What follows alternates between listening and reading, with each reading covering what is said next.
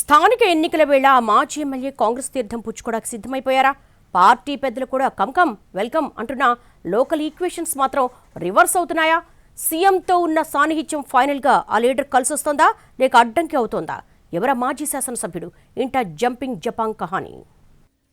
మహబూబ్ నగర్ జిల్లా జడ్చర్ల నియోజకవర్గం నుంచి టీడీపీ తరపున 3 సార్లు ఎమ్మెల్యేగా ప్రాతినిధ్యం వహించారు ఎర్రశేఖర్. ప్రస్తుతం బీఆర్ఎస్లో ఉండి లేనట్టుగా ఉన్న శేఖర్ ప్రస్తుతం కాంగ్రెస్లో చేరేందుకు సిద్ధమైనట్టు తెలుస్తోంది. టీడీపీలో ఉన్నప్పుడు సీఎం రేవంత్ రెడ్డితో సాన్నిహిత్యంగా ఉన్న శేఖర్ అప్పట్లో జిల్లా రాజకీయాల్లో క్రియాశీలకంగా ఉండేవారు. తర్వాత తెలంగాణలో మారిన రాజకీయ పరిణామాల కారణంగా బీజేపీలో చేరిన శేఖర్ 2020 జులైలో నాటి పీసీసీ అధ్యక్షుడు రేవంత్ రెడ్డి సమక్షంలో కాంగ్రెస్ కండువా కప్పుకున్నారు. ఆ తర్వాత 2023 అసెంబ్లీ ఎన్నికల్లో జడ్చర్ల లేదా నారాయణపేట టికెట్ ఆశించి భంగపడి అలిగి కారు పార్టీ కండువా కప్పుకున్నారు. పార్టీ మారడమైతే మారారు గాని వ్యవహారాలతో టచ్ మీ నాట్ అన్నట్టుగా ఉంటున్నారట. ఈ క్రమంలో ఇటీవలే ముఖ్యమంత్రి రేవంత్కు టచ్లోకి వెళ్లినట్టు ఆయన సన్నిహిత వర్గాల్లో ప్రచారం జరుగుతోంది. జిల్లాల్లో బలమైన సామాజిక వర్గమైన ముదిరాజ్లలో ఎర్రశేఖర్కు మంచి పట్టుండటం, మాస్ లీడర్గా ఉన్న గుర్తింపు స్థానిక సంస్థల ఎన్నికల్లో తమకు కలిసి వస్తాయని భావిస్తున్నారట హస్తం పార్టీ పెద్దలు.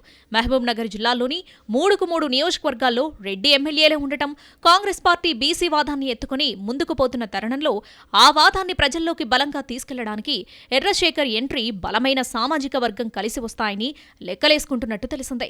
అందుకే సీఎంతో పాటు కాంగ్రెస్ ఇతర ముఖ్య నేతలు కూడా సుముఖంగా ఉన్నట్టు తెలుస్తోంది. ఇక ఇదే సమయంలో ఈసారి మహబూబ్ నగర్ జిల్లా పరిషత్ బీసీ మహిళకు రిజర్వ్ అయింది. దీంతో ఆ పోస్టును ఎర్రశేఖర్ భార్యకు ప్రతిపాదించే అవకాశం ఉందని అంటున్నారు. ఒకవేళ అది కుదరకుంటే ఆయనకు రాష్ట్ర స్థాయి నామినేటెడ్ పదవి ఏదన్నా ఇచ్చి పార్టీలో చేర్చుకునే ప్లాన్ ఉన్నట్టు తెలుస్తోంది.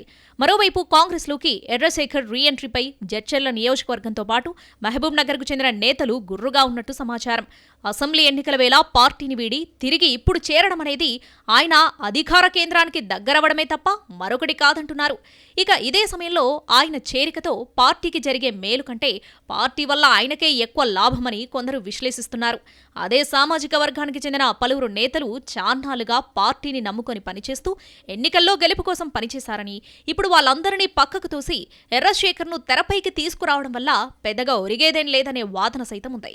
మొత్తం మీద బీసీలకు 42% రిజర్వేషన్స్ ఇస్తామంటున్న కాంగ్రెస్లో ఆ ఫ్లేవర్ నింపేందుకు ఆ పార్టీ పెద్దలు కృషి చేయడం, లోకల్ పొలిటికల్ ఈక్వేషన్స్ అందుకు అడ్డుపడటం ఆసక్తి రేపుతుంది.